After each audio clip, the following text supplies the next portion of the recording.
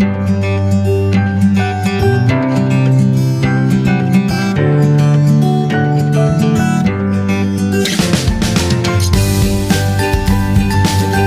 sekali bertemu dengan saudara sekalian di dalam program Cafe Metanoia, yaitu inspirasi hidup yang saya alami sendiri yang ingin saya bagikan bagi saudara supaya menjadi berkat bagi kita semua. Nah, beberapa tahun yang lalu saya pernah menjadi ketua RT di lingkungan tempat saya tinggal. Tentunya banyak pengalaman yang baru yang saya alami. Ada banyak suka dan juga banyak dukanya. Warga satu RT tentunya sangat majemuk. Mereka berbeda suku, agama, karakternya, usia, pendidikan, dan juga latar belakangnya. Belum lagi sikap yang berbeda antara penghuni yang lama dan juga penghuni yang baru. Itu yang membuat sering terjadi persoalan di antara tetangga. Ada salah paham sampai sebuah pertengkaran. Nah, pada satu hari kira-kira jam 11 malam, saya ditelepon salah seorang warga. Ibu ini menceritakan bahwa ia melihat satpam mencuri dari rumah sebelah, membawa koper dan meloncat pagar. Saya bingung karena satpam seharusnya bertugas menjaga keamanan. Tapi kok dibilang mencuri barang? Akhirnya saya bergegas ke pos satpam untuk bertanya mengenai kejadian tersebut. Ternyata koper tersebut ada di pos satpam. Jadi saya minta penjelasan apa yang terjadi. Rupanya kejadian sebenarnya adalah begini. Pada saat satpam berpatroli, ia melihat ada koper di depan rumah warga. Tapi ketika di bel rumahnya tidak ada yang buka. Jadi Pak Satpam ini berkesimpulan bahwa koper itu ketinggalan pada saat yang punya rumah pergi.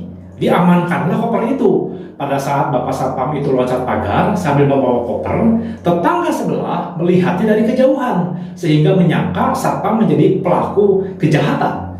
Ketika akhirnya saya telepon pemilik rumah, ternyata benar bahwa koper itu ketinggalan pada saat mereka bergegas pergi ke luar kota. Bukankah pikiran yang negatif bisa memutar balik fakta atau kenyataan yang terjadi? Apa yang dilihat oleh mata kita bisa jadi bukanlah sebuah kebenaran dari seluruh kejadian. Ada satu kisah lagi. Pada saat saya berjalan pagi di sekitar komplek perumahan, tiba-tiba ada tetangga baru pindah yang menghampiri saya dari depan rumahnya. Setelah menyapa, ia berkata, "Pak, saya pelihara anjing, tapi Bapak boleh periksa, tidak ada satupun kutu anjing di badan anjing saya." Saya agak kurang paham kemana arah pembicaraannya. Lalu ketika saya kembali ke jalan yang sama, tetangga sebelah rumah penghuni yang baru itu menghampiri saya. Ia berkata, "Pak, tolong bilang ke tetangga saya yang baru supaya tidak pelihara anjing. Karena kutu anjingnya saya kumpulin ada setoples." Jadi saya tersenyum geli mendengar kisah yang sangat bertolak belakang mengenai kutu anjing ini. Jadi rupanya tetangga baru pekerjaannya adalah jual beli anjing peliharaan. Tetangga sebelah yang lama merasa keberatan karena mengganggu, ribut, kotor, bau, dan juga mungkin ada kutunya. Dalam hal ini, keduanya memblow up persoalan kutu anjing.